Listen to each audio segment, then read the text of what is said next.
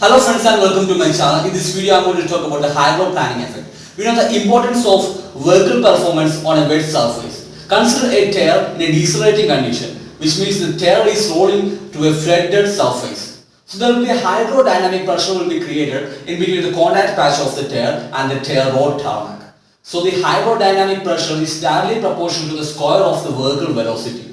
So it will increase with the velocity of the vehicle, which means the radial velocity of the tire. So, if the velocity of the vehicle is too much slow, a wedge-shaped water level will be formed in the leading edge of the contact patch. So, as the velocity increases, the water level will stretch to the trailing edge. So, finally, this effect, the hydrodynamic pressure will lead to a lift force that is creating in between this contact patch. So, at a particular level or a particular speed, the grip of the tire or the tire will start to float over the flooded level or the water surface. So, this effect is known as hydroplaning. So, what causes the hydroplaning effect? This is only because of the lift force that is created in the hydrodynamic pressure region will get equalized with respect to the normal reaction or the weight of the vehicle that is acting to the tire. So in this condition or the critical at a particular speed or at a critical speed, the weight of the vehicle will equalize with respect to the lift force that is acting through the contact patch area. So what causes it? Actually, the lift force is directly proportional to the density of the fluid that is in between the tire and the rod tarmac. So secondly, it is also proportional to the square of the vehicle speed as well as the contact patch area. We know the contact patch area is a function of inflation pressure of the pneumatic air. We know that the pneumatic air is inflated with air. So the inflation pressure is directly proportional to the contact patch area, which means higher the inflation pressure means the contact patch area will get reduced. Which means if we have a lower contact patch area means higher inflation pressure and higher contact patch area means lower inflation pressure. Both are inversely proportional.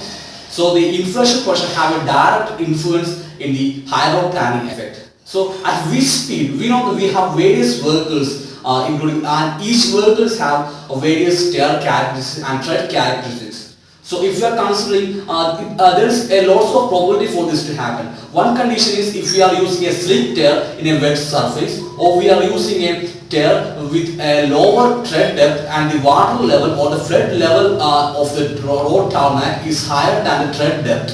So these two conditions will lead to hydroplaning effect.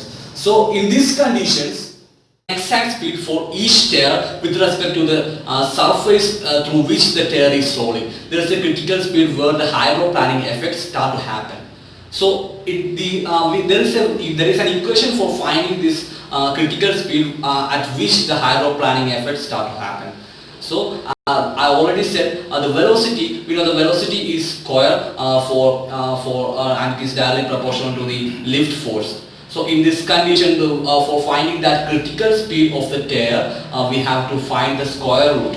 So I already said the contact patch area is directly proportional to the inflation pressure. So the critical speed is directly proportional to the root of inflation pressure. So you can see the equation right here for finding that in mile per hour as well as in kilometer per hour. So if you are a fan of Formula 1 cars, you have seen a lot of races where they are talking about the hydroplaning effect or they are using the wet tire at a rainy condition. This is why they have a medium tire and a wet tire. So medium tire is used for a lesser rainy condition. If they have very high or huge rain, they will prefer the wet tire because with a higher tread depth rate for reducing the hydroplaning effect. So the hydroplaning effect must be avoided for better safety because that's the prime objective and this prime thing we have to avoid the accident that is happening when we are driving the vehicle through a wet tarmac.